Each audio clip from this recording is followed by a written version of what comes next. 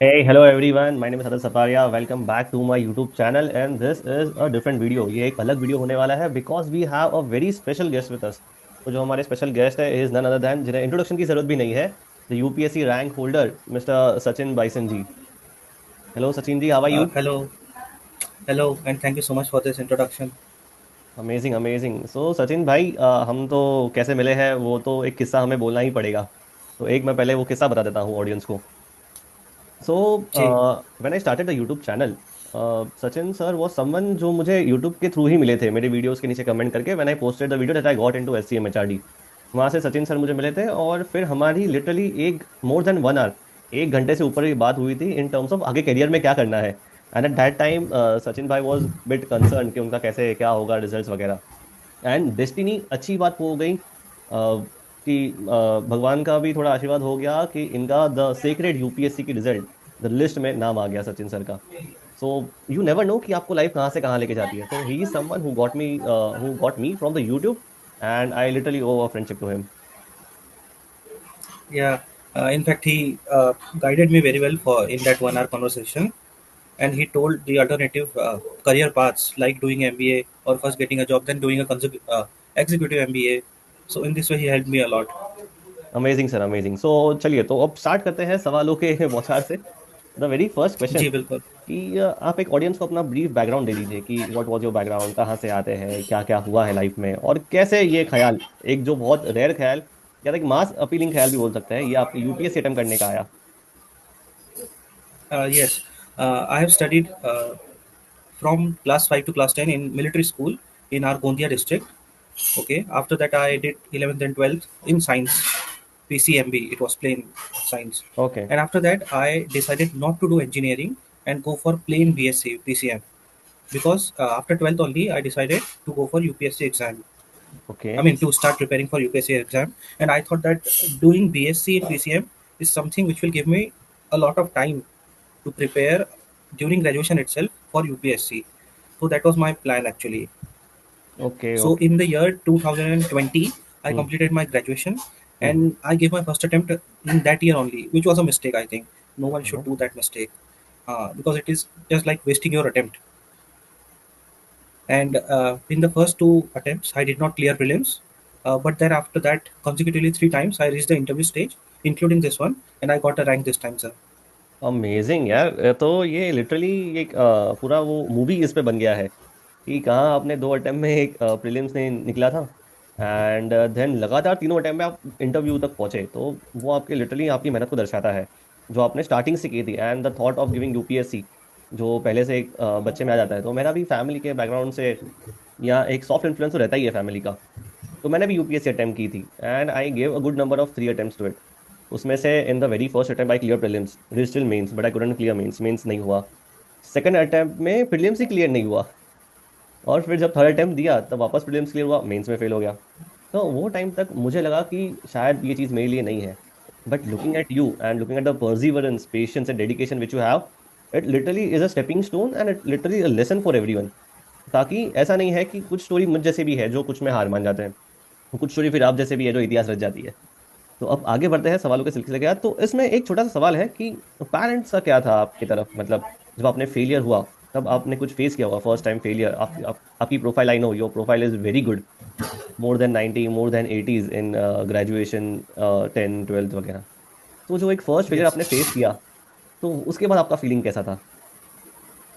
Actually, in the initial two attempts, उतना pressure नहीं था मेरे ऊपर, लेकिन थर्ड टाइम जब इंटरव्यू तक पहुंचे और फिर नहीं हुआ ना, तब वो हम्म. प्रेशर बिल्टअप होने लगा फिर. हाँ, फिर ऐसा था कि कुछ और भी कर लेते. फिर ऐसा था एमबीए भी मैंने आपको बताया था, उसका भी ट्राई किया था मैंने. और एसआईबीएम हैदराबाद में मेरा हुआ भी है इस बार, लेकिन मैं गया नहीं क्योंकि उतना बड़ा नहीं है वो कॉलेज. Yes, yes. कि हाँ, फिर क्योंकि 20 lakhs भी लगाने वहाँ पे. हाँ. तो हाँ, और बदले में कुछ खास मिल भी नहीं रहा है, उतना अच्छा कुछ मुझे लगा नहीं. हाँ, लेकिन मैं इधर उधर भी देख रहा था कि कुछ और भी हो जाए. हम्म, लेकिन इस बार हो गया तो ठीक है फिर. नहीं, जेन्युइनली अभी कभी लाइफ में क्या होता है कि when ever you face repeated failures तो एक वो एक स्पाइरल में फंस जाते हैं हम. और एक ये विशियस साइकिल हाँ. है जहाँ पे you don't get hmm, direction, जहाँ पे आप तितर बितर हो जाते हो. आपको लगता है कि अरे जो मिले वो कर लूँ, जो मिले वो कर लूँ. हाँ. हाँ, even I applied for coaching jobs, I got offer Yeah, not much, but it was 55,000 per month. But fine, decent, better than sitting at home. Yes yes of course it is decent. अब recent graduates people earning मतलब from tier 3 college या कोई गांव के college से या कहाँ से भी आते हैं छोटे शहरों से, उन्हें हार्डली 15-20 हज़ार की नौकरी मिलना होता है, या ज़्यादा से ज़्यादा उनको 30 या 33 हज़ार की नौकरी मिल जाती है. But reaching a 55,000 is genuinely a mark in itself. So मैं मेरी एक फ्रेंड का स्टोरी बोलूंगा जिन्होंने यूपीएससी का प्रीलिम्स ही क्लियर नहीं किया, बट उन्होंने 5 अटेम्प्ट दिए हैं. And now she is a teacher at a coaching institute, earning more than literally more than 70,000. तो उन्होंने वो करियर चूज कर लिया. Yes, yes, तो yes. ऐसा नहीं है कि यूपीएससी आपसे ले ही लेता है, बदले में आपको कुछ देता भी है. एंड वो जो जीवन में जो जरूरी भी होता है, बिकॉज इतने फेलियर्स के बाद आदमी सेल्फ डाउट के सर्कल में आ जाता है. तो आपने जो आपकी स्ट्रैटेजी है, तो वो प्रीलिम्स मेंस एंड इंटरव्यू ऐसे अलग अलग स्ट्रेटेजाइज किया था, या आपने एक साथ गो विद द फ्लो में किया था? हम्म. नहीं सर, मैं कहूँगा कि इसमें अलग अलग ही जाना पड़ता है. क्यों? क्योंकि हमें, हाँ, कुछ सब्जेक्ट्स है, हिस्ट्री हो गया, ज्योग्राफी हो गया, वहाँ तक तो ठीक है, प्री मेंस में सेम सेम लगता है. लेकिन आप बाकी देखिए, मेंस बिल्कुल ही अलग है, वहाँ पे एथिक्स है, ऑप्शनल आ जाता है. फिर आपको डिजास्टर मैनेजमेंट आ गया, वहाँ पे सिक्योरिटी आ गया. अब ये सब प्री में उतना कुछ खास है नहीं. तो मेंस के लिए आपको बहुत सी अलग सी चीज़ें करनी ही पड़ती है. और इंटरव्यू तो बिल्कुल ही अलग चीज़ है. मैं कहूँगा you can not prepare for interview. इतना मैं कहूँगा कि इतनी बड़ी चीज़ है, क्योंकि मैंने देखा है इस बार 7 जनवरी से ही इंटरव्यू शुरू हो गए थे. मतलब हार्डली 1 वीक मिला था कुछ लोगों को, जिनका फर्स्ट फेज में इंटरव्यू हो गया. फिर भी लोगों ने बहुत अच्छा स्कोर किया है. कुछ लोगों को अप्रैल तक पढ़ने का टाइम मिला, फिर भी उनका स्कोर बहुत डाउन गया इंटरव्यू का. तो you can not prepare for interview, it is a test of personality, जैसा कहते हैं. और आपकी ओके प्रोफाइल का बहुत बड़ा असर होता है उसमें. आप ओके. कितना अच्छा बोलते हैं, हाँ, ये सारी बातें. क्योंकि लगातार कम मार्क्स आते भी हैं इंटरव्यू में. मुझे ऐसे ही आते 165 आए हैं, जैसे बहुत नहीं है. कुछ लोगों को 215 भी है. मैंने देखा एक एक there is one person who scored only 702 in mains, and he scored directly 215 in interview, and he's in the list. Okay And I scored 757 in mains, which is a good score. But again, interview it is only 165. ऐसा ऐसा भी होता है. तो मैं कहूँगा तीनों अलग ही चीज़ें हैं. इंटरव्यू तो बिल्कुल ही अलग है, उसका कुछ कर नहीं सकते आप. हाँ, आप अपनी पर्सनैलिटी पे काम कर सकते हैं, वो एक बात है. लेकिन तीनों को अलग अलग लेके ही चलना पड़ेगा. ओके. तो आपने जो स्कोर कहा वो of course it is not a bad score, it is a really good score in mains.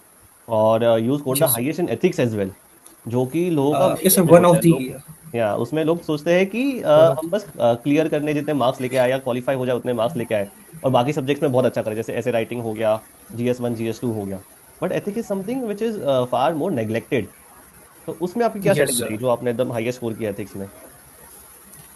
Sir highest तो 141 है एक का. हाँ, लेकिन वन ऑफ दी बेस्ट मैं कहूँगा स्कोर्स है. यहाँ तक कि जो बड़े टीचर है एथिक्स के, पीयूष कुमार सर, उन्होंने मेरा स्कोर भी शेयर किया उनके टेलीग्राम चैनल पे, और मुझे ओह. कॉन्ग्रेट भी कहा है उन्होंने. हाँ, तो one of the best scores है मेरा एथिक्स का, 131. मैं लास्ट टाइम मेरे सिर्फ 106 मार्क्स थे, डिसेंट थे, ऐसा नहीं कि बुरा है. लेकिन ये जो इम्प्रूवमेंट हुआ है, मैं कहूँगा इसमें पहले तो मैंने एग्जाम्पल्स बहुत सारे लिखे हैं. ओके. बहुत सारे एग्जाम्पल्स मैंने कलेक्ट करके रखे हुए थे, जो कि वो पीयूष सर की क्लास में भी थे, उन्होंने हम्म. पढ़ाए भी है. मैं उनको भी थोड़ा क्रेडिट दूंगा इसका. Yes yes. और थियरी को मैं, थियरी की जो वर्ड्स है, जैसे कोई, मैं एग्जांपल देता हूँ, कोटेशंस आते हैं, ठीक है, एथिक्स के पेपर में. हम्म. आपको कोई भी कोड दे दिया जाएगा, उसको आपके अपने हिसाब से इंटरप्रीट करना होता है 2 पेजेस में. अब उसमें मैं थियरी एथिक्स की इंक्लूड कर दूंगा. डीओंटोलॉजी में इसको कैसे कनेक्ट किया जाए, टेलियोलॉजी से इसे कैसे कनेक्ट किया जाए, इस तरीके से मैं छोटे-छोटे पॉइंट्स बनाता था. तो सर हम्म. ये मेरी स्ट्रैटेजी रही है.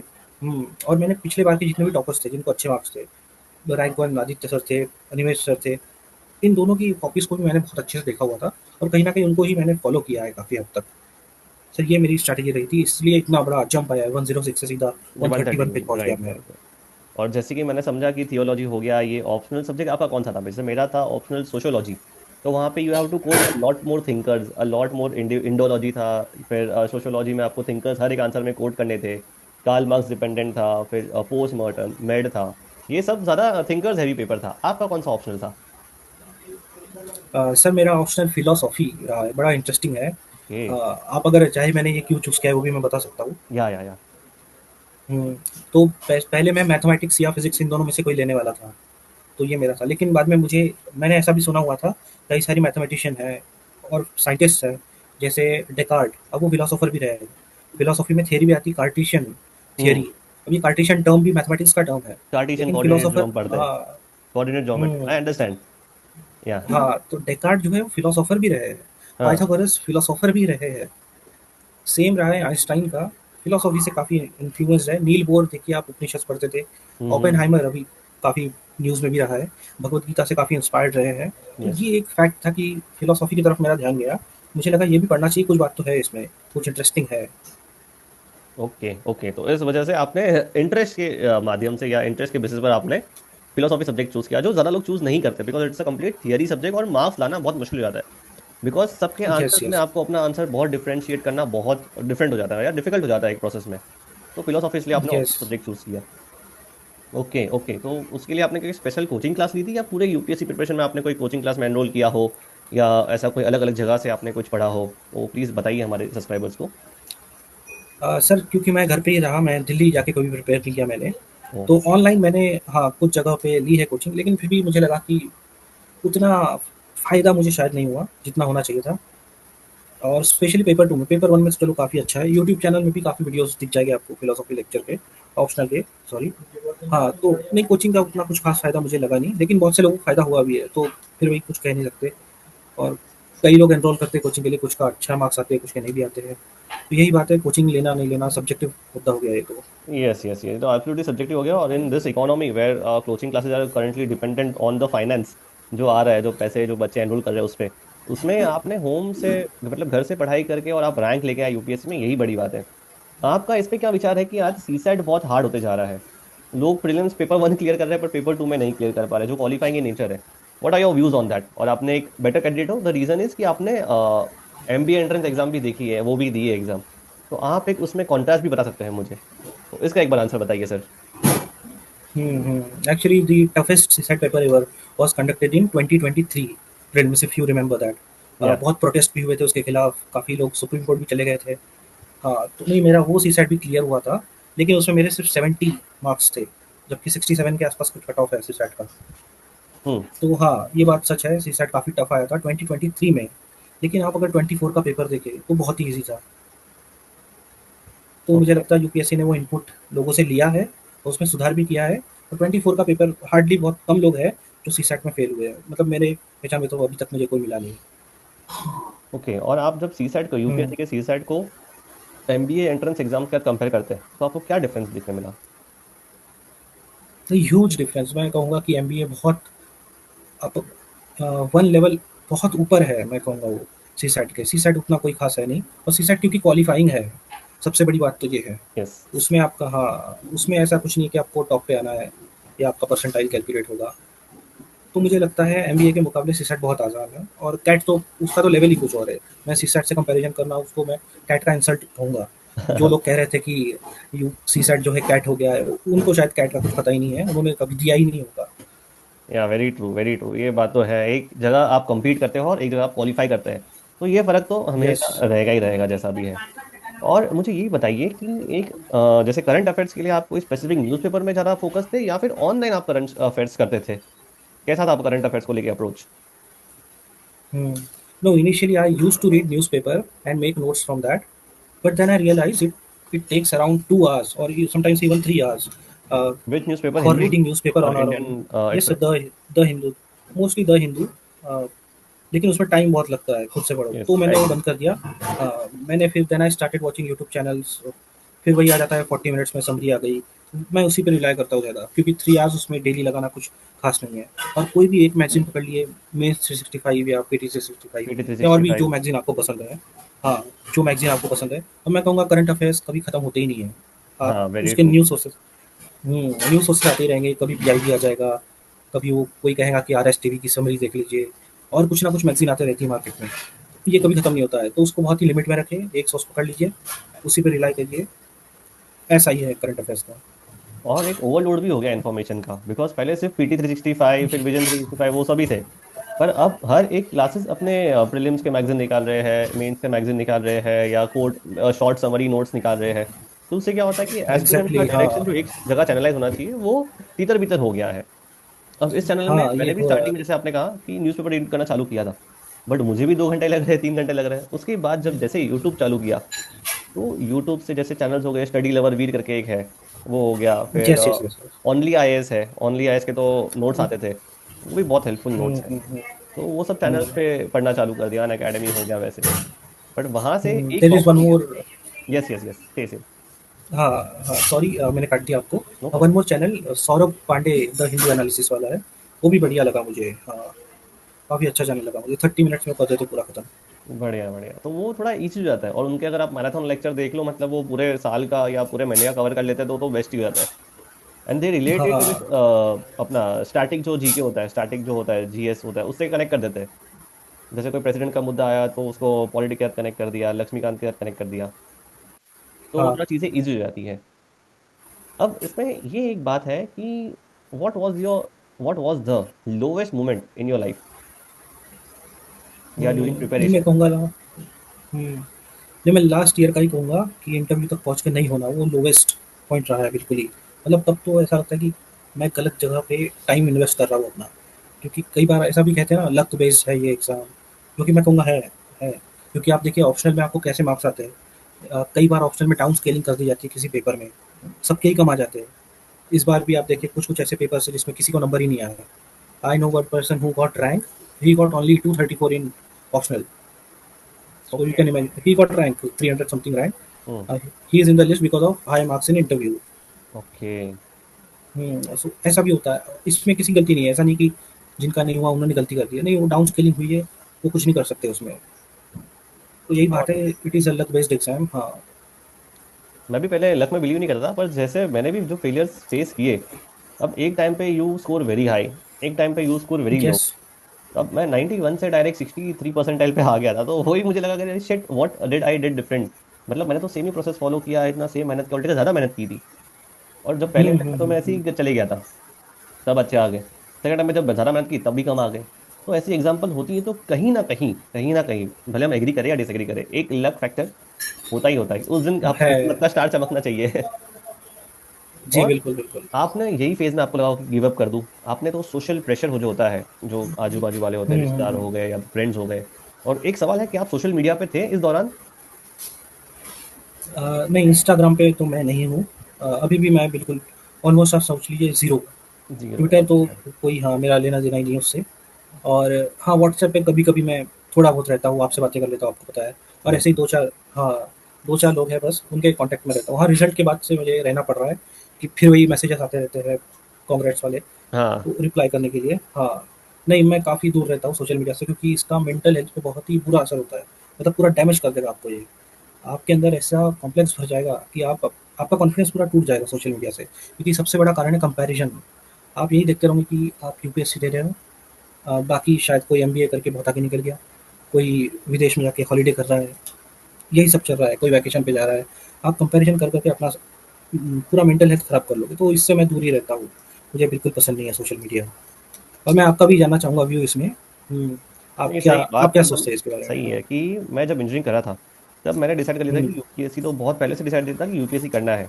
अब इंजीनियरिंग ऐसा मोड़ था जहाँ पे मुझे रियलाइज हुआ कि इंजीनियर अब यूपीएससी ही करना होगा, अब और कोई रास्ता मुझे दिख नहीं रहा है, और यही जो एम है वही एम में डायरेक्शन में अपनी एनर्जी डालनी चाहिए। तो 2020 या 2019 में, 2020 में लॉकडाउन चालू हो गया था, और 19 से तो मैं घर पे था, तभी मैंने प्रिपरेशन करना चालू कर दी थी। मैं पास आउट 2021 में हूँ, पर 19 के वैकेशन में हमारा फेस्ट था कुछ फरवरी में, उसके बाद मार्च अराउंड की लॉकडाउन हो गया था। तो उसके बाद जो हुँ। लॉकडाउन चालू हुआ, तो उसमें सारी बुक्स मंगा के पढ़ना, प्रिपेयर करना चालू कर दिया। उस दिन मैंने ये लिया था, मतलब एक प्रॉमिस किया था अपने आप से कि जब मैं कुछ जेन्युइनली यूपीएससी क्लियर करूंगा, तब मैं इंस्टाग्राम या स्नैपचैट या बाकी सब उस पर आऊंगा, बाकी सब सोशल मीडिया से। तो मैंने उस दिन सारे मेरे अकाउंट डिलीट कर दिए, सारे अकाउंट डिलीट कर दिए, दोस्तों से नाता टूट गया। अब जो दोस्त बचे थे, वो सब दोस्त मेरे व्हाट्सएप पे, या तो जो जेन्यून फ्रेंड्स होते हैं वही बचते। बाकी आपके जो बरसाती मेंढक वाले फ्रेंड होते हैं वो नहीं रहते। वो आपको बुलाते भी नहीं है, और आपको कुछ भाव देते भी नहीं है, और आपको उनको पड़ी भी नहीं कि आप कहाँ हो, क्या कर रहे हो। तो दिस वॉज द थिंग। अब उसके बाद क्या हो गया कि ये सब चीज़ों के बाद जब मेरा यूपीएससी नहीं हुआ, I again became a lot more depress. वो डिप्रेशन में तो नहीं गया, पर ऐसा लगने लगा कि यार I am worth of nothing. मतलब क्या मेरे लाइफ में कुछ हो रहा है, कुछ अच्छा हो रहा है, कुछ बुरा हो रहा है, कुछ समझ भी नहीं आ रहा था। तो इतना हुँ, हुँ, दुख हुँ। और इतना टेंशन आ गया कि पूरी चीजें सब तितर बितर हो गई। तो वो टाइम पे मेरा जो फ्रेंड बना था लाइब्रेरी में, उसने मुझे मोटिवेट किया कि भाई कैट भी एक चीज होती है। तब मुझे रियलाइज हुआ कि एमबीए या कैट एग्जाम भी कुछ चीज होता है। और फिर मैंने एम कर लिया कि जब मैं एक अच्छी कॉलेज तोड़ फोड़ अच्छी कॉलेज में चले आऊंगा, तब मैं इंस्टाग्राम, या तो मैं अच्छी कोई तो एक एग्जाम फाड़नी, और तब उसके बाद मैं इंस्टाग्राम या सोशल मीडिया पे आऊंगा। और मैं अभी एक महीने पहले इंस्टाग्राम पे आया जब मेरा टॉप का कॉलेज कन्वर्ट हो गया। तो ये एक चीजें बहुत आपको एक आपकी एनर्जी एक अच्छी डायरेक्शन में भी डालता है, और आप एक एम लेके चलते हैं लाइफ में। तो it was a reward kind of a thing. तो आपके साथ भी ऐसा ही कुछ था, सेम स्टोरी? हम्म।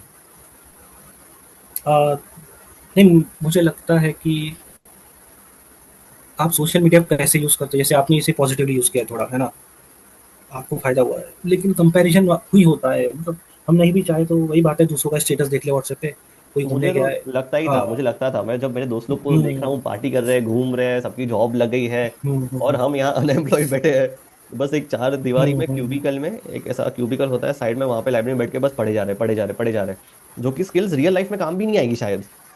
एक एग्जाम क्लियर करने तक की हम्म स्किल्स है वो, उसके बाद आगे जाके तो आप थोड़ी हम्म काम आएगी वो स्किल्स। तो बहुत फोमो हम्म। होता था और लेफ्ट आउट भी फीलिंग होती थी। तो उसके बाद पर हाँ। एक जेन्यून लोग जब आपके अराउंड होना, तब वो एक पॉजिटिविटी में ना बहुत जरूरी। और इस दौरान मैं बहुत सारा स्पिरिचुअलिटी में भी चले गया था कि अरे भाई जैसे। सब भगवान से बातें कर रहे हैं, रास्ते में लाइब्रेरी जा रहा हूँ, मैं भगवान से बातें कर रहा हूँ, तो ये सब भी हो गया था।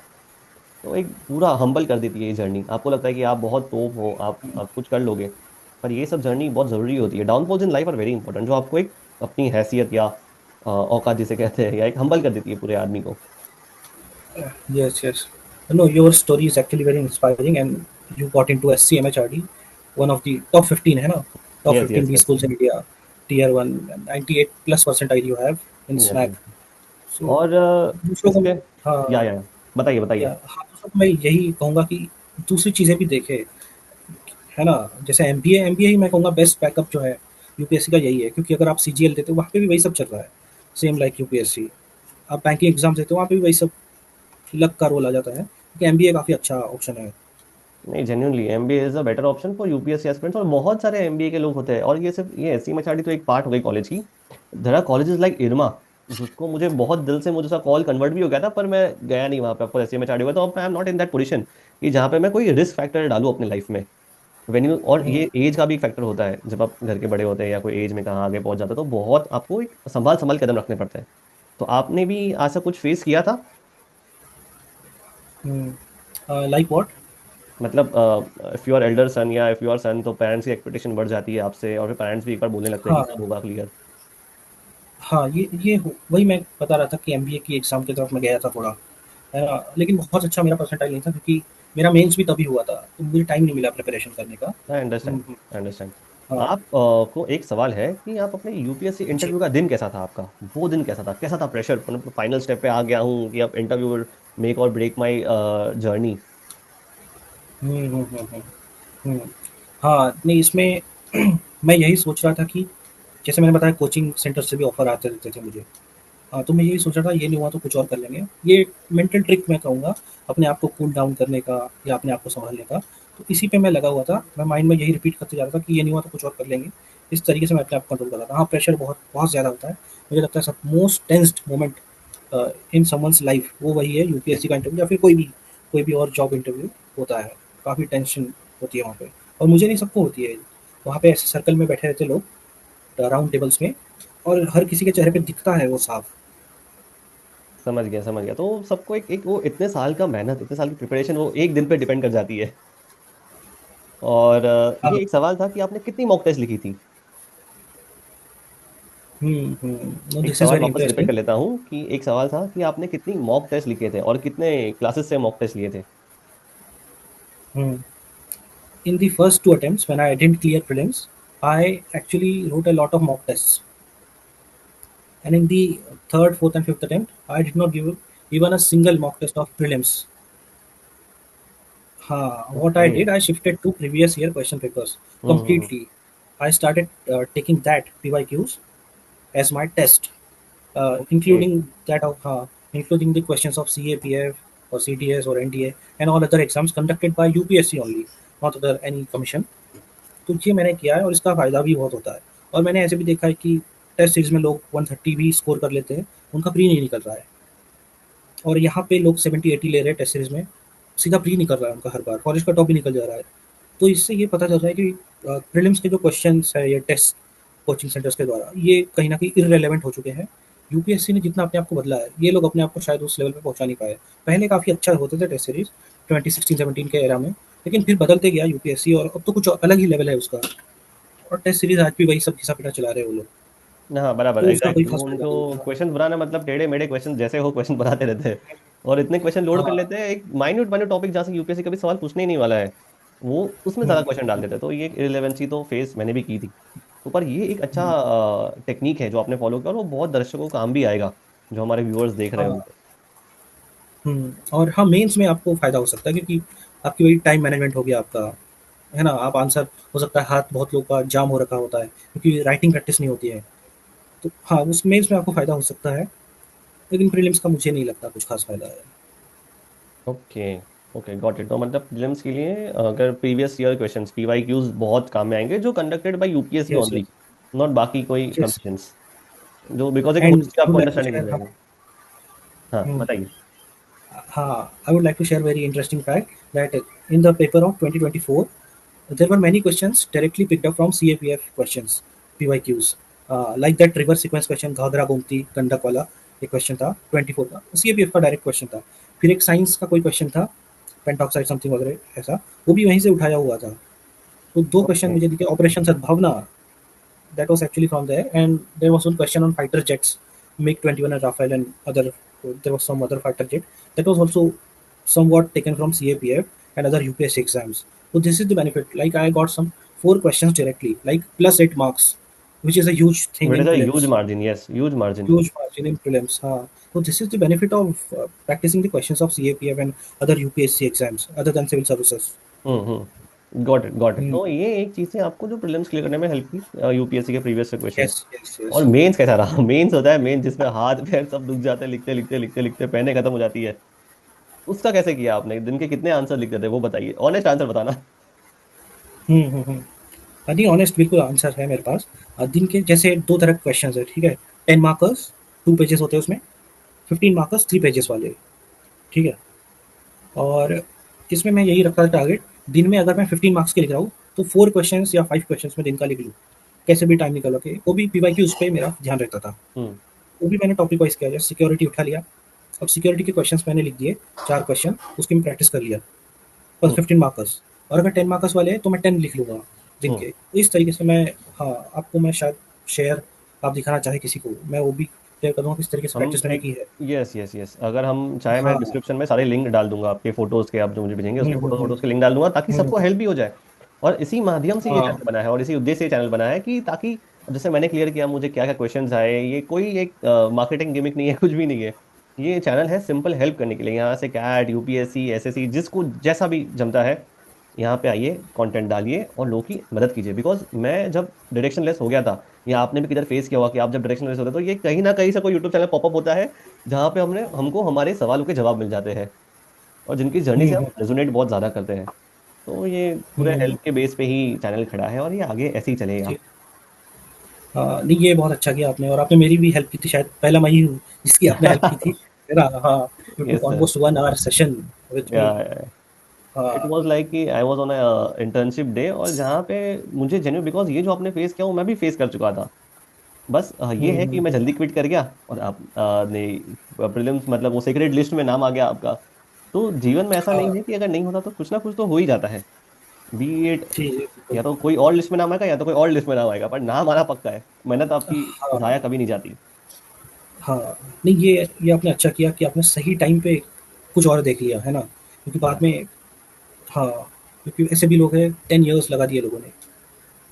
फिर हम्म देन एमबीए भी करना उनके लिए मुश्किल हो जाता है। बहुत मुश्किल था। और जब मुझे लगा था कि यूपीएससी के बाद एमबीए आएंगे तो बहुत इजी होगा यार, कितना कुछ, पर वहां पे जो पिछले पाप खोलते हैं इंटरव्यू में और एग्जाम देने में, आपको शॉर्टलिस्ट ही नहीं आती। आप कितना भी हाई यस, स्कोर कर लीजिए, कुछ भी स्कोर कर लीजिए, आपको इवन 99% वालों को आया अहमदाबाद बैंगलोर कलकत्ता कोई कॉल नहीं करता, और यस, ब्लैकी यस, से यस। भी कॉल नहीं आता। तो वो टाइम पे जो बच्चा शैटर हो जाता है, और गैप ईयर को लेके आप अगर क्या कॉलेज में भी चले गए, उसके बाद तो जो आपकी मतलब प्रॉब्लम्स आते हैं, आपको समर इंटर्नशिप का शॉर्टलिस्ट नहीं आता है। फिर मेन मतलब टीचर जो बड़ी बड़ी कंपनीज आती है वो प्रिफर नहीं करती कि अरे गैप ईयर वाले हैं या बड़ी एज वाले हैं। तो ये एक बहुत है। प्रॉब्लम जो बाद में मालूम पड़ता है। तो नोइंग व्हेन टू हुँ, stop is very very very much important. Very important. Yes, yes, yes. Yes, वरना फिर अब मैं क्या बन जाते हैं, वरना आप टीचर बन जाते हैं, पर टीचिंग में ज्यादा से ज्यादा आप क्या अपना एक क्लास खोल देंगे अलग से। उससे हम्म ज़्यादा स्केलेबिलिटी, या तो विजन आईएएस जैसा कोई बड़ा, ये दृष्टि आईएएस जैसा कोई बड़ा क्लास खोल दिया और get acquired by PW, physics वाला। हम्म तो ये सब भी हम्म बहुत ये होता है। Hmm yes sir, hmm. So what is your answer on this? नहीं, मुझे यही लगता है कि सही टाइम पे क्विट करना ये बहुत ज़रूरी है, क्योंकि अगर हम सही टाइम पे क्विट नहीं करते, फिर ऑप्शन जो है, जैसे जैसे एज बढ़ती है वैसे वैसे ऑप्शंस भी कम होते जाते हैं। जैसे कि एमबीए में गैप ईयर का इशू आ जाएगा। आप बाकी एग्जाम्स में देखोगे एज लिमिट का इशू आ जाएगा, 32 एज लिमिट है, कुछ में 28 ही एज लिमिट आ जाती है। इस हम्म तरीके से सही टाइम पे क्विट करना बहुत ज़रूरी है मेरे ख्याल से। और इसमें ये भी कर सकते हैं कि आपने जो ऑप्शनल सब्जेक्ट ले रखा है, जैसे आपका सोशियोलॉजी था, उसमें आप किसी ओपन यूनिवर्सिटी से मास्टर्स कर लीजिए एमए, ताकि गैप ईयर के 2 ईयर्स तो कम से कम फील हो जाए, और प्रोफाइल भी थोड़ी अच्छी दिख जाएगी कि मास्टर्स किया हुआ है। फिर आप उसमें जाके प्रोफेसर भी बन सकते हैं, कुछ एग्जाम्स होते हैं उसमें, नेट या इस तरह की एग्जाम्स है। तो इस तरीके से मैं कहूँगा कि काम करते रहे, या फिर आप यूपीएससी के साथ साथ सीएफए सर्टिफिकेशन भी ले सकते हैं, ताकि प्रोफाइल में कुछ अच्छा हो, और इकोनॉमी की हम्म। तैयारी भी हो जाएगी आपकी साथ ही साथ। तो इस तरीके से अपने गैप ईयर पे काम करना चाहिए, और साथ में बैकअप तो रखना चाहिए। Yes yes yes, I completely agree कि अगर जब भी आप प्रिपेयर करते हैं तो आपको एक बैकअप के साथ एक दिमाग में रख के प्रिपेयर करना चाहिए। बिकॉज अब मैं जो लोग को मिलता हूँ, वो लोग ने, कुछ लोगों ने पहले एमबीए कर लिया, अब वो यूपीएससी कर रहे हैं। बट यूपीएससी में उनकी नैया पार नहीं हो हम्म। रही, तो अब उनको टफ हो रहा है ना जॉब। एमबीए तो कर लिया, पर एक हॉट टाइम क्या होता है कि एमबीए के बाद ही आप जॉब कर लो, ताकि अब वो सीजन में होता है और हॉट स्प्रिंग सीजन होता है, उसमें आपको जॉब भी मिल जाता है आसानी से और जल्दी ही। हम्म ये एक प्रॉब्लम थोड़ा फेस करते हैं एस्पिरेंट्स। मुझे सर एक हम्म सवाल का जवाब दीजिए कि आपका एक टिपिकल दिन कैसा था, how you use to plan your day, और आप टारगेट्स कैसे, मतलब पहले दिन से स्टार्ट कीजिए, दिन, वीक, महीना और साल, ऐसे हमें आंसर दीजिए प्लीज। हम्म। नहीं, दिन का मेरा पहले तो दिमाग में यही रहता था कि I will not study at late night, ठीक है ना, क्योंकि ऐसा मेरे साथ हो चुका है कि रात भर पढ़ने की आदत हो गई, फिर एग्जाम के एक दिन पहले नींद नहीं आई। ये बहुत खतरनाक चीज़ है। तो स्टार्टिंग ही मेरी होने की 6 या फिर 7 तक मुझे उठ जाना है, जल्दी सोकर। हम्म 11 के आसपास मैं सो जाता हूँ, और 6-7 बजे तक मैं उठ जाता हूँ। फिर मेरे टारगेट्स होते हैं, माइक्रो टारगेट्स होते हैं, कि आज इतने इतने पेजेस खत्म करने हैं लक्ष्मीकांत के, या फिर इकोनॉमी का ये चैप्टर मुझे खत्म करना है। और साथ में साथ जो फॉरेस्ट ऐप है, बड़ा पॉपुलर है, जिसमें टाइमिंग लगा दी जाती है 60 मिनट्स का, फिर मोबाइल में आप कुछ और नहीं कर सकते। तो ये ऐप मैं यूज़ करता हूँ। 60 मिनट्स लगा दिए, 60 मिनट्स में मुझे इकोनॉमी का ये टॉपिक खत्म करना है। इस तरीके से मेरा दिन छोटे छोटे पार्ट्स में डिवाइडेड होता है, मुझे टॉपिक्स को खत्म करना होता है। तो ये मेरी स्ट्रैटेजी रही है। अब जैसे कि आपने कहा कि मंथ्स और ईयर्स में भी इसका क्या क्या इम्पैक्ट है, तो जैसे जैसे जैसे एग्जाम के मैं पास आता जाता हूँ, तो नंबर ऑफ आवर्स मेरे बढ़ते हैं, काफ़ी बढ़ते हैं। यहाँ तक कि रिवीजन के लिए एग्जाम के कुछ दिन पहले मैं डबल डिजिट में भी चले जाता हूँ, 12-13 आवर्स भी, और सब जाते हैं, सब करते हैं ऐसा, क्योंकि हम्म रिवीजन करना कहीं ना कहीं, हाँ, उसमें दिमाग पर उतना जोर नहीं पड़ता है। हाँ, नया कंटेंट आपको पढ़ना है तो आप शायद 8 आवर्स तक पढ़ सकते हैं, बहुत हुआ तो 10 आवर्स, लेकिन revision you can do 13 to 14 hours of revision, कोई उसमें दिक्कत नहीं होगी। तो इस तरीके से इम्पैक्ट पड़ता है। और कई बार तो मैं मतलब एक बार मुझे कंजक्टिविटीज़ होती है ना आँखों में, वो रेड यस रेड हो यस, जाता है। I get it. हाँ, वो भी हुआ था, फिर भी मैंने 8 आवर्स की पढ़ाई की थी, फॉरेस्ट ऐप में वो लगा के मैं काउंट करता रहता था। तो ये कुछ भी हो जाए, हाँ, 8 आवर्स तो मिनिमम निकालने ही निकालने हैं। इस तरीके से मेरा टारगेट रहते हैं सर। मतलब कि आपने एक जगह पे पूरा फोकस करके फिर आप और कुछ नहीं करते, एक बार फोकस कर लिया और अपने आप को एक हमेशा चेक के सिस्टम में, चेक्स एंड बैलेंसेस जैसे हम यूपीएससी में कहते हैं, पूरा सिस्टम उस पर डिपेंडेंट है, चेक्स एंड बैलेंसेस, तो आप भी उस पर अपने लाइफ में चेक्स एंड बैलेंस रखते थे। हाँ, और इसमें बड़ा अच्छा कोट है माइकल फेल्प्स का, कि greats do things when they do not want to do. तो जब पढ़ने की इच्छा नहीं है, तब आप अपने आप को कितना पुश कर पाए, उसका बहुत ज़्यादा इम्पैक्ट पड़ता है। तो ये मुझे लगता है कि काफ़ी बढ़िया कोट है माइकल फेल्प्स के द्वारा। इसको मैं काफ़ी दिमाग में बिठाए रखता हूँ हमेशा। Okay okay, so it is all about that struggle and the grinding which you go through, कि आपको कितना बैडली कोई चीज़ चाहिए। बिकॉज मैं देखता हूँ कि अब हाँ, तो हाँ। जो यूथ है उनमें ऐसा ऐसे विचार आ गए कि चलो हुआ हुआ, नहीं हुआ नहीं हुआ, मेरा मेंटल हेल्थ ही इंपॉर्टेंट है, मेरी लाइफ इंपॉर्टेंट है, लाइफ एंजॉय करना बहुत जरूरी है, ये टाइम नहीं आएगा वापस। और एक जगह हम हसलर्स देखते हैं, जिनको लगता है कि यही मेरा सब कुछ है, मुझे यही करना है, यही करना है, उसके लिए वो लोग सब सेक्रीफाइस कर देते हैं, सोशल लाइफ हो गया या कुछ क्वालिटी टाइम हो गया, कुछ भी हो गया, टेम्पररी प्रेजर्स या टेम्पररी हैप्पीनेस को वो हुँ। लोग किक ऑफ कर देते हैं बिना कोई सेकंड थॉट दिए, और वो हुँ। अपनी बस हाँ। चीजों में लगे रहते हैं, अपनी धुन में लगे रहते हैं, and then they make history. Hmm. तो ये हमने बहुत हाँ, देखा है। ये आपने अच्छी बात कही, कि टेम्पररी प्लेज़र, और साथ में दिमाग में चल रहा है लॉन्ग टर्म प्लेज़र, है ना? तो आप अगर टेम्पररी प्लेज़र को छोड़ रहे हो, तभी लॉन्ग टर्म वाला मिलेगा। तो हम्म मेंटल हेल्थ को अगर आप, हाँ, आप अगर नेटफ्लिक्स पे चले गए कि मेरी मेंटल हेल्थ ठीक नहीं है, ऐसा सोच के एस्केपिज़्म का रूट ले लिया। अब ये अभी तो आपको ठीक लग रहा है, हाँ। लेकिन सोचो लॉन्ग टर्म में वो कितना बुरा असर डालेगा, आपका जब सिलेक्शन नहीं होगा, उसका जो असर पड़ेगा वो बहुत खतरनाक होगा। Very true, very true. तो यही चीज़ है कि जो अभी की जो करनी की चीज़ें हैं, उन्हें आपको छोड़ना ही होगा। हम्म। तो ही अब, वरना अभी से तो मुझे लगता नहीं कि जो हमारे माता पिता के टाइम या जो हमारे जो एल्डर्स के टाइम जितना टफ थी चीज़ें, जितनी टफ जो भी लाइफ था, वो अभी नहीं है। ना हम खेती बाड़ी करते हैं, हाँ ना हम कुछ और करते हैं, ना कोई परिश्रम वाला या मेहनत वाला काम करते जो हमारे शरीर को ये दे। हम बस जिम करते हैं, वो भी एक शौक है। हाँ ऐसा नहीं कि वो हमारा दिन रोटी या दिनचर्या है, वो एक शौक है इसलिए हम करते हैं। तो वैसे परिश्रम भी नहीं करना है हमें। तो उस चीज में हमें तो एक ही चीज है जो करनी है, पढ़ाई, जो हमें आगे लेके जाएगी। हाँ। तो उसमें भी अपन मेंटल हेल्थ लाएंगे, बिल्कुल बिल्कुल। तो कहीं ना कहीं शायद हमें हम्म। सोचना पड़ेगा कि कहीं ना कहीं हम ही पीछे हो रहे हैं। Not just physically hmm. But mentally as well. Yes yes. आप एक जब यूपीएससी एस्पिरेंट को देखते हैं और एक नॉन यूपीएससी एस्पिरेंट को देखते हैं, तो आपको क्या मतलब, क्या आपकी सोच, क्या आपको क्या लगता है बेसिकली, जब आप देखते थे कि मैं इधर यहाँ पे घिस रहा हूँ, मेहनत कर रहा हूँ, और मेरे फ्रेंड्स लोग शहर मूव हो गए हैं या कुछ लाइफ में अच्छा कर रहे हैं, पार्टी कर रहे हैं, तो आपकी क्या फीलिंग थी उस समय? हम्म। नहीं, फीलिंग यही आती थी कि अभी मैं पढ़ रहा हूँ, ठीक है, हम्म। अगर मेरा सिलेक्शन हो गया तो फिर तो मैं कुछ अलग ही लेवल पे पहुंच जाऊंगा। ये जो एंजॉय कर रहे हैं इनसे हज़ार गुना ज़्यादा मैं एंजॉय करूंगा, एक ये भी फीलिंग है। दूसरी फीलिंग ये भी है कि ये जो कर रहे हैं ये भी सही है, बेकार में, क्योंकि एंजॉय करने का टाइम क्या है, 20 से लेकर 30 के बीच का जो है। अब उसी के बीच में इन्होंने एंजॉय कर लिया, बाद में आप क्या करोगे 30 के बाद, कुछ नहीं है। तो दो तरह रिस्पॉन्सिबिलिटी। के थॉट्स मेरे, हाँ हाँ, तो दो तरह के थॉट्स आते थे कि ये जो कर रहे हैं ये भी सही है, बिना यूपीएससी के कुछ और कर लिया, जो भी है उसमें बहुत खुश है, घूम फिर रहे हैं, वैकेशन पे जा रहे हैं। तो दो तरह के थॉट्स हैं, मुझे लगता है दोनों ही सही है, आप जिसे मानते हैं वही सही। जी समझ बिल्कुल, गया। आप हर किसी मतलब का वही, अपना। आपको अपना हाँ। कंफर्ट चूज करना है, आपको अपनी रास्ता चूज करना है। हम्म। आपने पूरा रास्ता चूज किया तो उसके जिम्मेदार भी आप हो। आप एंजॉय कर रहे हो तो उसके जिम्मेदार बिल्कुल। भी आप हो। हाँ, बिल्कुल ऐसा ही है। I understand. तो अब बहुत सारी ज्ञान की बातें हो गई, बहुत लोगों को गाइडेंस कर दिया, बहुत सारा चीज़ हो गया। अब थोड़ा मोमेंट को लाइट और थोड़ा फन टाइप बनाते हैं। तो मुझे बताइए सर, आपकी जी बिल्कुल। हॉबीज क्या थी इस दौरान? What were hmm. Your hobbies, या आपको हॉबीज ऐसा मेरी, एस्केप थोड़ा मिले जहाँ से आपको लगे यार यार बहुत पढ़ाई कर लिया, आप मुझे कुछ तो एस्केपिज्म चाहिए, कुछ थोड़ा छोटा सा।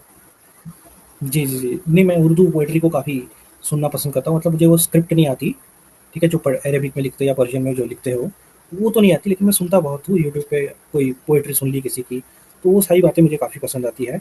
और पसंदीदा लोगों में जावेद अख्तर जी है, सुना हो आपने नाम उनका। साहिर लुधियानवी तो पुराने ज़माने के हैं, मिर्ज़ा गालिब तो सबको पता ही है, दुनिया जानती है उनको। ये कुछ मेरे पसंदीदा लोग हैं। और आजकल ए एम तुराज एक नए पोइट है, उनका भी है, उनकी बड़ी अच्छी लाइन भी मैं बोलना चाहूँगा कि ठहरे हुए एहसास का मंज़र नहीं आया, मुद्दत से सफ़र में हूँ मगर घर नहीं आया। तो आप देखिए इसका मीनिंग यही है कि लंबे टाइम से एक जर्नी पे लोग निकल पड़े हैं लेकिन डेस्टिनेशन आ नहीं रहा है। तो ये बात यूपीएससी से रिलेट मैं कर पाता था कि मुद्दत से सफ़र में हूँ मगर घर नहीं आया। ये रोंगटे बात खड़े हो मुझे गए काफ़ी ये पसंद सुन आती के, थी। बिकॉज मैंने भी यही, मैं हुँ, आज ही घर वालों से बात कर रहा था कि अरे यार, पहले मुझे लगा गाइस की कॉलेज अच्छे चली जाएंगे तो लाइफ सेट हो जाएगी। फिर लगा कि एग्जाम हुँ, ये तो अच्छी लाइफ चली जाएगी। फिर लगा प्लेसमेंट ले लेंगे तो और लाइफ चली जाएगी। फिर आगे लग रहा है कि भाई क्या पता कुछ लगे ना लगे, कैसा हो। तो अब ये जो आपने जो बोले कि वो सफर पे निकला हूँ और वो सफर में आदमी भटक ही गया है कहीं ना कहीं, वो खुद को ही भूल गया है कहीं ना कहीं। तो ये एक हाँ। बहुत डीप बात है। ये जो जर्नी में जो जाते हैं वो सफर जो वो समझ सकते हैं और रिलेट कर सकते हैं, हुँ। इसलिए इतनी छू गई। हाँ, हाँ, even with selected candidates like those who get IPS, वो भी लगे ही हुए हैं। आप देखिए फिर से रीअटेम्प्ट किए जा रहे, आईएएस नहीं मिल रहा है। जिनको आईआरएस मिला है फिर और ऑडिट अकाउंट मिला, वो भी उसी में लगे हुए हैं कि मुझे आईएएस मिल हाँ। जाए। जिनको आईएएस मिला है उनको भी देखिए, किसी को नागालैंड भेज दिए, वो भी उसी में दुखी है कि मुझे नागालैंड क्यों भेज दिए, मुझे होम स्टेट चाहिए था। ये खत्म ही नहीं होता है, आप देखिए लोग लगे हुए हैं इसी में। यही एक है इशू कि एक आदमी एक्सीलेंस को जब पीछे भागता है, तो उसको बड़े से हम्म। बड़ा एक्सीलेंस भी उसको एक पीनट्स लगता है। उसको लगता है कि अरे ये क्या है, जब पर वो जब बाकी लोग से कंपेयर करता है अपने आप को। तो ये मैंने देखा है कि जब आपको हम्म। एक एक सेटिस्फैक्शन या खुशी चाहिए तो आप अपने से नीचे वालों को देखिए। जब आपको मोटिवेशन हाँ। चाहिए या आगे बढ़ने का एक फ्यूल चाहिए तो आप अपने से ऊपर वालों को देखिए। तो these are the few things hmm. Which really makes a difference in someone's life, which is what I believe. Yes yes और यस। इंटरव्यू में आपने कौन सी हॉबी बताई थी? इंटरव्यू में भी यही बताया था, उर्दू पोएट्री वाला? सेम सेम सेम हॉबी थी मेरी। और हाँ, खेल कूद में मैंने बेसबॉल खेला हुआ है, unique game. It's a very unique game, हाँ मैंने ब्यूटीफुल। डिस्ट्रिक्ट, हाँ डिस्ट्रिक्ट लेवल पे मैं फर्स्ट, हमारी टीम आई थी। अमेजिंग। तो हाँ। बेसबॉल मुझे पता नहीं था इंडिया में इतना प्रसिद्ध है। नहीं पॉपुलर तो नहीं है, लेकिन कुछ पॉकेट्स हैं जहाँ पे खेला जाता है। जैसे मैं मिलिट्री स्कूल से पढ़ा हूँ, मिलिट्री स्कूल में काफ़ी बेसबॉल चलता हाँ है, मिलियन खेलते हैं टाइम। लोग। या हाँ। वो तो अच्छा है, डिफरेंस एक है। और एक मुझे फनी हुँ। और ऑकवर्ड मोमेंट बताइए कि जो आपके लाइफ में हो, एक फनी मोमेंट अ, प्रिपरेशन के टाइम पे, या ऐसा कुछ आप एक ऐसा लगा, अरे यार ये क्या हो गया, या ऐसा कोई भी फनी चीज है। हुँ, फ़नी चीज़ें तो कम ही हुई हैं, ट्रेजिक बहुत बता सकता हूँ मैं। बताइए बताइए, वो शेयर कर दीजिए, अ, कोई बात नहीं। हाँ, जैसे इस बार का ही मैं बता देता हूँ। मैंने ऐसे राइटिंग की कभी क्लासेस नहीं ली थी, ठीक है ना? हम्म और मेरे मार्क्स भी ठीक-ठाक थे, 127 भी आए मेरे एक बार, हम्म। 115 भी थे। इस बार मैंने ऐसे राइटिंग क्लास ली कि और मेरे मार्क्स बढ़ जाएँगे, लेकिन इस बार वो it plummeted down to 98 only, oh which my is a god. Very very average score. So ये फनी भी है, ट्रेजिक भी है कि या एग्जैक्टली। ये क्लास ली नहीं तो 127 भी थे। हाँ। ली है क्लास अच्छे से, 98 पे गिर गए। ये काफ़ी अजीब चीज़ें होती है। हुँ, एक क्या होता है ना, कभी कभी क्लास जाके आदमी है ना वो लोग के तौर तरीके सीखने लगता है। जो एक हुँ, हुँ, ओरिजिनलिटी हुँ। होती है खुद की, वो कहीं ना कहीं हम लूज कर देते हैं, ये मैंने देखा है। कि बिकॉज क्लास वाले हाँ, लोग ये की बिल्कुल। गलती नहीं होती, उनकी गलती ऑफकोर्स नहीं होती, वो तो अपने अच्छे, वो हमारे अच्छे के लिए अपने गाइड करते हैं। बट क्या होता है कि हम उनके तौर तरीके में जाने के लिए उनके शूज में अपना पैर फिट करने जाते हैं, और कहीं ना कहीं हम हमारे शूज में हुँ, पैर भूल हुँ। जाते हैं। तो हम ओरिजिनलिटी कहाँ हाँ। लूज हो जाती है। तो ये तो बहुत प्रॉब्लम है, ये मैंने देखा है जेन्यूनली, पर लोग हुँ, समझते भी नहीं है इस बातों को। ये रियलाइज हुँ, हुँ, हुँ, होने की चीज़ है, रियलाइजेशन वाली चीज़ है। ये खुद को रियलाइज होता है, जैसे आपको अभी रियलाइज हुआ। तो हुँ। तो what do you feel after that, आपको क्या लगा उसके बाद। हाँ, नहीं मुझे ये जो आपने बात कही कि नेचुरल एबिलिटी को हम कहीं न कहीं उससे कॉम्प्रोमाइज़ कर लेते हैं, है ना? या जैसे क्रिकेट में भी एग्ज़ाम्पल दिया जाता है कि Jasprit Bumrah never had any coach, he learned everything on his own. तो वो जिस तरीके से एक अलग तरीके से एंगल से बॉल फेंकते हैं, अगर वो किसी कोच के पास जाते तो शायद वो एक्शन ही बदल देता कोच उनका। हाँ, वेरी ट्रू। तो हाँ, कोच कहता कि ये आप गलत एंगल ले रहे हो, आपको ऐसे फेंकना चाहिए, ऐसे नहीं। हम्म। ये मुझे रियलाइज़ हुआ कि नेचुरल एबिलिटी को भी छोड़ना नहीं चाहिए। और जो है जैसे क्रिकेटिंग क्रिकेट में भी आप देखिए पहले लोग अगर कोई सिक्स मारे तो कोच चिल्ला देता था उसको कि ग्राउंड से चिपकते हुए बॉल जाना चाहिए।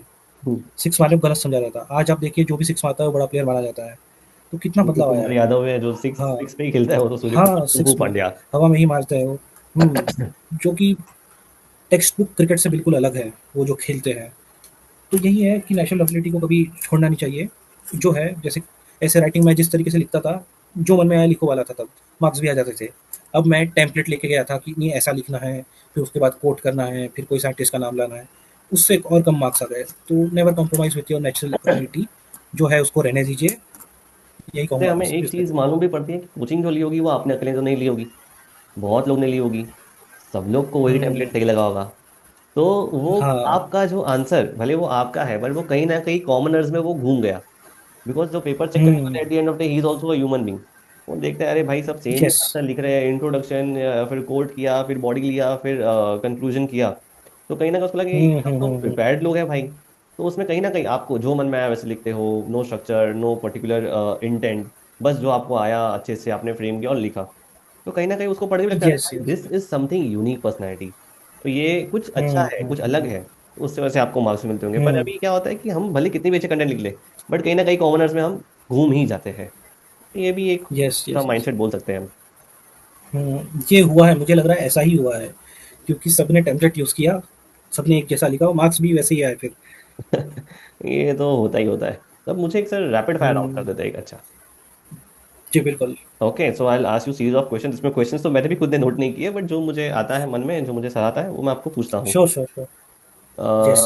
तो I give you one question, उसका आपको रैपिडली आंसर देना है। हुँ, दो आंसर देने हैं, या आप तीन भी दे सकते हो, कोई बात नहीं। सबसे पहला, द सोर्स और पर्सनैलिटी फॉर इंस्पिरेशन और motivation. Cristiano Ronaldo and Michael Phelps. दोनों स्पोर्ट्स पर्सन।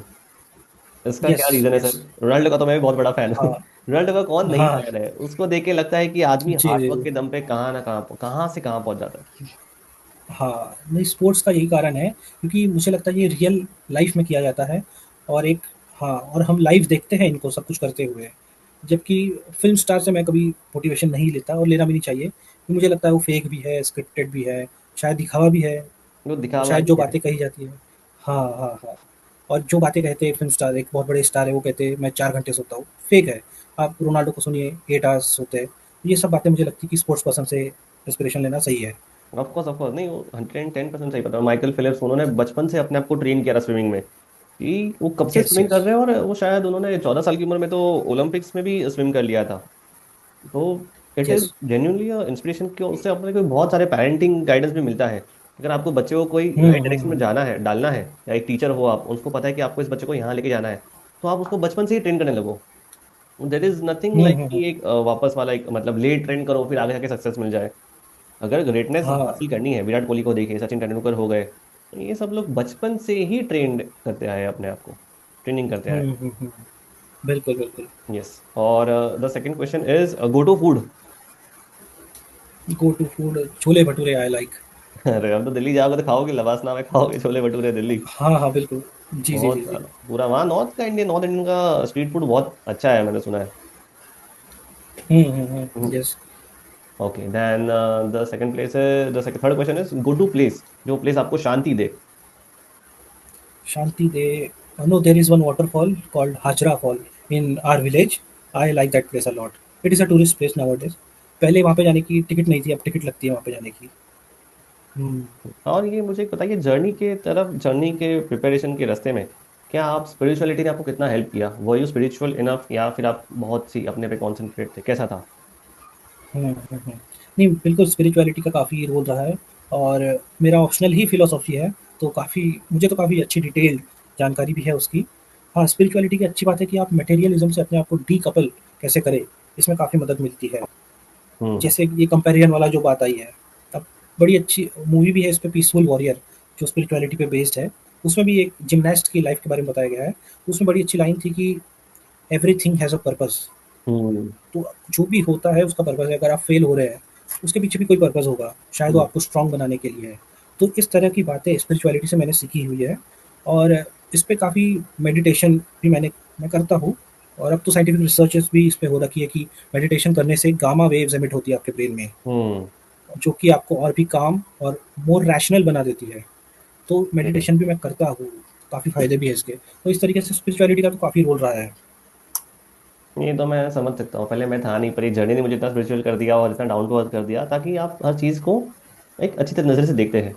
अब मुझे ये बताइए हाँ। कि what is happiness for you? What is happiness for you?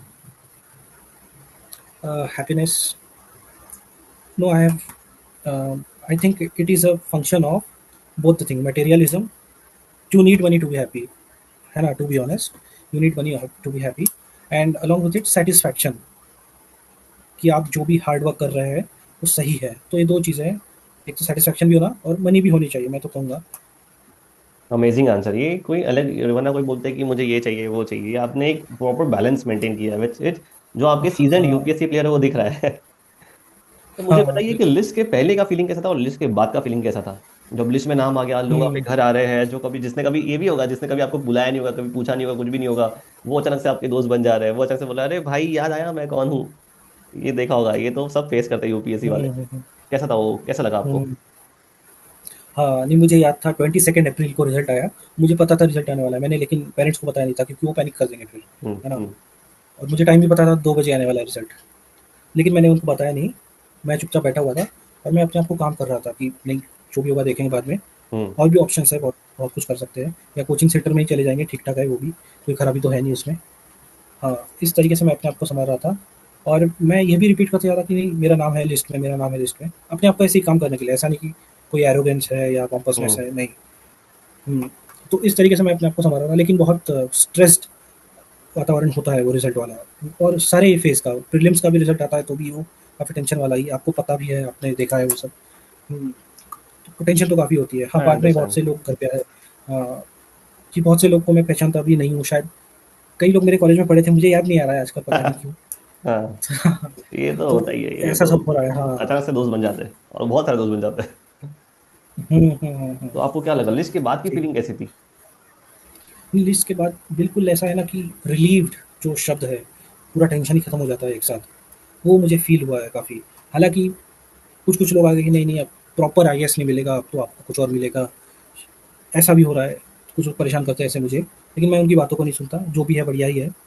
List में नाम आना ही बहुत बड़ी बात है बहुत ना? बड़ी बात है, लिस्ट में नाम हाँ, आना ही और बहुत सबका बड़ी रैंक, बात है। हाँ, not everyone can get rank 1, सबका नहीं आएगा वो। कि एक का ही आएगा, बाकी सब दुखी ही रहते हैं। ये जितने भी लोग एग्जाम देते हैं उसमें से वो हाँ, टॉप 600 में आना, टॉप 700 में आना, वो बहुत बड़ी बात है। 8 लाख जी। 12 लाख लोग एग्जाम दे रहे हैं, प्रीलिम्स में छट रहे हैं हुँ, लोग, मेंस में छट रहे हैं, उसके बाद इंटरव्यूज में लोगों की बैंड बज रही है, उसके बाद जाकर पूरे 1 साल की ग्राइंडिंग एग्जाम साइकिल। उसके हुँ। पहले का प्रिपरेशन तो अलग ही, उसके पहले आप 1 2 साल प्रिपेयर करो वो अलग। उसके बाद जाके जब ये फीलिंग आती है, आई कैन ऑनेस्टली से वो सिर्फ आप ही अच्छे से फील कर सकते हैं। Yes, yes, yes. What so was the parents irrespective या हाँ, हाँ, तो इर्रिस्पेक्टिव ऑफ द रैंक जो भी आए, मेरे ख्याल से खुश रहना चाहिए कि लिस्ट में नाम आ गया। मैं तो कहूँगा जो लोग इंटरव्यू तक भी पहुँचे हैं, उनको भी खुश रहना चाहिए। वहाँ तक आप टॉप 2500 लोगों में से हो, 1.2 मिलियन के पूल में से, तो वो भी बड़ी बात है। नहीं, honestly it is very true. Parents का रिएक्शन कैसा था? हाँ, नहीं उनका भी टेंशन काफ़ी कम हो गया और हाँ, टेंशन ही कम हुआ है मैं तो कहूँगा और काफ़ी खुश है वो। अब शादी करवा देंगे? नहीं, नहीं अभी तो नहीं, अभी तो देखते समय फिर है, से अभी तो अटेम्प्ट करियर अगर और बनाना है, अभी तो ये तो फर्स्ट स्टेपिंग स्टोन है, अभी हाँ, तो करियर और बनाना है। मैं मुझे वही सोच जब रहा था कि फिर से अटेम्प्ट फिर से अटेम्प्ट करने का सोच रहे हैं। हाँ, लेकिन नहीं भी है मन में क्योंकि उसमें फिर वही बात है, if I give prelims this year then या I and if I clear the pre हाँ, then I hmm. Can not go for the foundation training. Yes yes yes, that is a हाँ, huge problem. So I will skip this year's attempt because I next want to year you go can there. Get in an holiday का leave डाल के आप कर सकते हो आगे prepare, yes, वही यस, करते हैं we mostly. Can get last हाँ, लास्ट ईयर के रैंक 1 भी आईपीएस थे, उन्होंने भी वैसे किया था। और लास्ट ईयर के भी रैंक शायद यस, रैंक 1 आईपीएस ही थे, आईपीएस थे या आईआरएस थे आई गेस। हाँ, आईपीएस से। या तो अब मुझे एक बताइए कि आपने जब इंटरव्यू आप धराधार लगातार इंटरव्यू तक पहुंचने लगे, तो आपने पहले स्ट्रैटेजी में क्या चीजें की थी अलग, और ये चीज ये टाइम पे क्या अलग चीज किया, या फिर सब सेम था? हुँ। नहीं, मैं बताता हूँ आपको। मैंने इस बार मीडियम चेंज कर लिया इंटरव्यू का। Mains are routine English, but for the medium I chose Hindi, ठीक है? बट हाँ, but what happened in the interview, one person asked me questions in English in the interview and I answered him in English, which actually was a good thing because ऐसा कहते हैं कि जो भी language में आपको पूछते हैं आपको उसमें आंसर देना चाहिए। अगर आपने इंग्लिश मीडियम भी चूज़ किया है, अगर आपको हम्म। हिंदी में पूछ रहे हैं तो आप हिंदी में ही दीजिए, हम्म। ऐसा भी कहते हैं। तो ये मुझे लगता है लैंग्वेज या बदलने का कुछ फ़ायदा तो हुआ है and I got 165 which is decent, not not bad.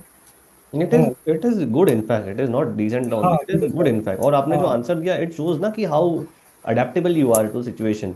अब कोई एचएनआई लोग आ हाँ, गया, कोई फॉरेनर लोग आ गए आईएएस डीएम के पास या किसके पास भी कोई प्रॉब्लम लेके, तो वो तो इंग्लिश में ही बात करेंगे, तो मतलब एकदम साधारण सी बात है। हुँ। तो आपको बीइंग अ हाँ, यूपीएससी एस्पिरेंट और UPSC person who's into UPSC, वो सब आप हिंदी में थोड़ी डील करोगे, इंग्लिश में ही डील करोगे, right? Yes, yes, yes, yes. वो तो आपका स्मार्टनेस झलकाया वहां पे, तो that might be help over there. हाँ, आपका एक हुँ। ये अब हम थोड़े फाइनल सेगमेंट पर आते हैं मीटिंग के और ये इस इंटरव्यू के। Any advice, any 3 advice which you will give to the first timers who are going for UPSC? Hmm. हाँ, first advice, don't focus on the scores of test series. In fact, if you want to ignore test series, then also it is fine. Second, use PYQs as the test. है ना? Like I told earlier also, focus on the questions of CAPF, CDS and other या UPSC exams. Third advice, एक proper time ले लीजिए कि मुझे 3 years है, इतना ही मैं दूँगा, उसके बाद मैं छोड़ दूँगा। या फिर मैं तो कहूँगा कि हाँ, ये बहुत और वेरी मैं जेन्युइन कहूँगा एडवाइस, जो ये फर्स्ट कोई टाइमर देता नहीं है। ये हुँ, सब बोलते हैं कि आप हुँ, देते रहो जब तक लिस्ट में नाम नहीं आता, कुछ ना कुछ तो बन जाओगे, पर ऐसा नहीं हुँ, होता। Life is very it is a not, luck या hmm, life is very luck based unpredictable. Exam है। Even IITians I have seen उनका प्री नहीं निकला, 6 अटेम्प्ट देकर भी, ऐसा भी होता है और उसमें उनकी गलती नहीं है, ये एग्ज़ाम ही ऐसा है। Yes yes, I completely agree. और आप 3 पीस ऑफ एडवाइस जो बंदा फेल हो चुका है, बंदा या बंदी या एस्पिरेंट जो हुँ, फेल हो चुका हुँ, है और दे आर वेरी मच हुँ, कंफ्यूज, उनको नहीं पता कहाँ जाना है, but I would like to example कि आप अपने ही सेल्फ को एक दे दीजिए कि what after if you fail, hmm, उनको हुँ। क्या 3 पीस ऑफ एडवाइस पहले तो देंगे? हुँ, पहले तो don't be too harsh on yourself. आप खुद को ब्लेम ना करें, वो एक होता है ना इम्पोस्टर सिंड्रोम वाला, हम्म। कि खुद पे ही सारा ब्लेम ला लिए कि मेरी गलती है कि मेरा नहीं हुआ। नहीं, ऐसा नहीं है, आपकी गलती नहीं है, वो एग्ज़ाम ही वैसा है। हम्म। कुछ ऑप्शंस में डाउन स्केलिंग कर दिया आप या फिर इंटरव्यू में मूड खराब है उसका, उसने नंबर काट दिए, आप कुछ नहीं कर सकते उसमें। और ऐसा होता है बहुत बार, सब बहुतों के साथ होता है। हाँ, तो दूसरा मैं कहूँगा कि बहुत से ऑप्शंस हैं और मैं ऐसे लोगों को मैं उन लोगों के एग्ज़ाम्पल्स दूँगा जिन्होंने कुछ अच्छा किया है।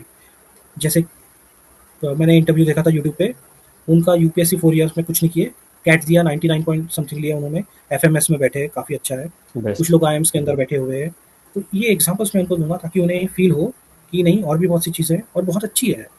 आप या देखिए, आप अगर आईएम से एमबीए करते हैं, you will earn way more than what an IAS officer makes. Exactly exactly very true.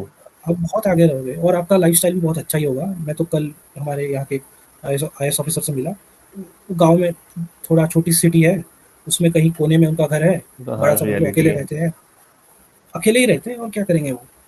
हम्म। ये एक बात भी तो है। ऐसा ही आप, तो उतना अच्छा लाइफस्टाइल होता भी नहीं आईएएस ऑफिसर्स का, ये भी सच्चाई है। वो तो आप देखिए, बहुत से लोग नौकरी छोड़ के पॉलिटिक्स में जा रहे हैं, वही कारण है यस उसका। यस, यही कारण है। और ब्यूरोक्रेट्स भी अभी, हम्म, ब्यूरोक्रेट्स ने बहुत सारे पॉलिटिकल पोजीशंस भी वो ले लिए हैं। हरदीप सिंह पुरी हो गए, हम्म। हाँ, शंकर जी हो गए, एस एस जयशंकर जयशंकर जी सर है। हो गए, और इवन बिल्कुल अश्विनी बिल्कुल वैष्णव हो गए। दीज गाइज वर बिल्कुल। Bureaucrat only. हाँ उसके बाद जाके ये सब आगे आगे, ये अपने सबसे एग्जांपल साउथ के अन्नामलाई, आईपीएस ऑफिसर, हाँ। 3 साल सर्विस किया, हम्म, उसके बाद ही जॉइन पॉलिटिक्स। तो ये भी एग्जांपल बहुत सारे हम्म। हैं। देयर इज ऑलवेज समथिंग हाँ। For some people, those who study और those who work very hard. तो ये एक हम्म, डिफरेंस होना बहुत जरूरी है। और एक और एडवाइस मैं दूंगा कि आप एमबीए करना ही चाहते हैं, आप जैट एग्जाम पे ध्यान दीजिए, क्योंकि कैट कैट तो फिर वही बात है, आपका एप्टीट्यूड होना चाहिए। जैट तो यूपीएससी वाले कर सकते हैं, क्योंकि आपने काफ़ी अच्छी रीडिंग कर रखी है। वो जो रीडिंग है, रीडिंग हैबिट है, वो आपको जैट में काम आएगी। डिसीजन डिसीजन मेकिंग का मेकिंग है सेक्शन इसमें। होता है, यस। बीए बहुत क्रूशियल बीएआरसी में चीज आप काफ़ी अच्छा कर सकते हैं। हाँ, कॉन्ट में दिक्कत हो सकती है, लेकिन 2 सेक्शन में तो आप अच्छा कर सकते हैं। 90 तक तो आप पहुँच ही सकते हैं। एक्स्ट्रा एमबी तो मिल ही जाएगा, कुछ ना कुछ मिल ही जाएगा। कुछ ना कुछ मिल ही जाएगा, तो यस। ज़ैट एक अच्छी एग्ज़ाम है। हाँ, ज़ैट अच्छी एग्ज़ाम है। कैट मुश्किल है, काफ़ी टफ है। स्नैप डूएबल है मैं कहूँगा, लेकिन फिर उसमें 2 ही कॉलेजेस है अच्छे, दो बाकी ही कॉलेज है, दो ही कॉलेज है। बहुत मुश्किल होता है, बहुत मुश्किल। बाकी कॉलेज इतनी फीस हाई चार्ज, हाँ, इतनी हाई फीस चार्ज करती है। I am giving 30 lakhs। हाँ। अब 30 lakhs का SCMHRD लेकिन एवरेज पैकेज इज 25 lakhs। तो फिर वैसा ही है ना, एवरेज पैकेज 25 है, तो आधे लोग 25 के ऊपर, आधे लोग 25 के नीचे। अंदर जाके तो हाँ, struggle but still struggle it करना इज़, होगा। हाँ, it is worth it. I think SCMHRD is a yes very yes, of course, good C place. It is a tier 1 30 college. Lakh, वो it top is a top 15, 15। Top 15 top 20 में आता है marketing के लिए। पर अगर एचआर में जाए तो टॉप 5 में आता है। किसको अगर जेन्यूनली ओह! एचआर जाना है, SCMHRD तो बेस्ट चॉइस। उसके उससे वंडरफुल बेस्ट प्लेस, तो यस। एक्सेल आ रहा ही है सिर्फ। तो हाँ, chief has everything and for everyone. Brand value also everyone knows that college. या हाँ, सबको पता है क्या एग्जैक्टली। है। इवन 1981 या आई लिव इन 71 स्मॉल में विलेज। एस्टैब्लिश्ड है। I live in a small village, मुझे भी पता है कि है ऐसी जगह। यस यस, नो यार, honestly your journey is very much inspiring and I hope you inspire a lot more aspirants. Because जब आप सर्विस में जाओगे आपको एस्पिरेंट्स मिलने आते रहेंगे, and you inspire lot more experience in your way. तो मैं तो यही आशा होप करता हूँ, and you genuinely work towards betterment of society. मैं तो यही आपसे आशा रखूंगा और यही आपको विशेष बेस्ट ऑफ लक भी बोलूंगा। और एक फाइनल जी, पीस ऑफ बहुत एडवाइस बहुत आपकी धन्यवाद। तरफ से हर एक जो पर्सन के लिए जो ये पॉडकास्ट देख रहा है, जल्दी से समअप करिएगा। और एक एडवाइस अपने सेल्फ के लिए दीजिए, जो आप अपने आप को बचपन में दोगे। आप अपने आप को पहले एक बचपन में सेल्फ एडवाइस दोगे, वो एक पहले दे दीजिए।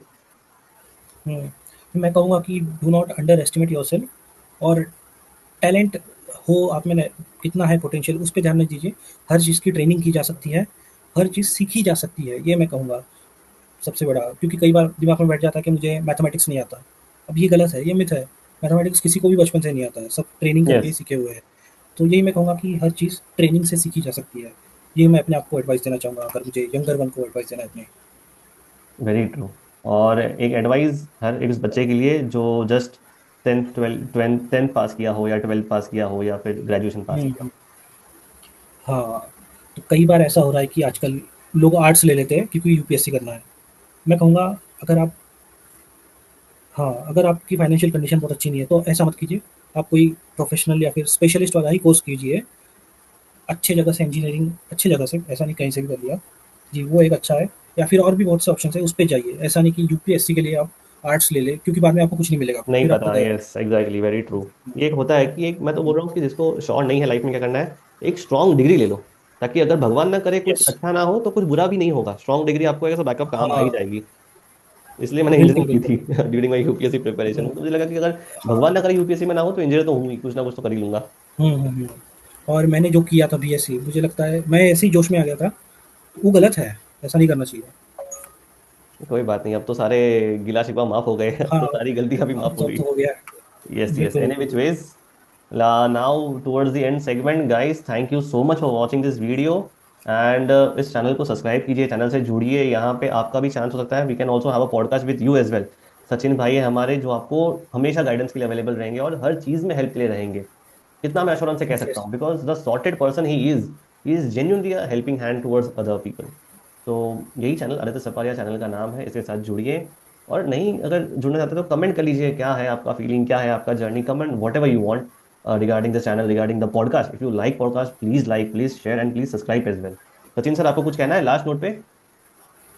नहीं, नहीं, आपने जो भी कहा है मैं बिल्कुल एग्री करता हूँ। नहीं, कुछ खास अब तो बचा नहीं है, सब कह ही दिया है मैंने। यस यस यस, और सचिन सर हमें ये चैनल पे वापस दिखते रहेंगे आपको, ऐसा नहीं है कि ये पॉडकास्ट हो जाएगा, जी, ये जी, बिल्कुल। surely be बिल्कुल, there बिल्कुल। uploading some videos on this channel and we'll take this together. Okay, thank you so yes, much. Yes, yes. Bye sir. Bye bye Sachin bhai. Bye bye, bye, bye. everybody. Bye our pleasure audience. Meeting you. Amazing. Same to you. Same to you. So guys, let's end this podcast here. I thank everyone who have listened this far, and if this podcast has added any value, कोई भी value आपकी life में add किया होगा, आपको कुछ भी सीखने मिला होगा, प्लीज लाइक कीजिए, सब्सक्राइब कीजिए, कमेंट कीजिए आपकी क्या फीलिंग है। We reply to all the comments. Thank you so much, have a nice day, good bye, tata, take care and keep learning and also keep enjoying the life.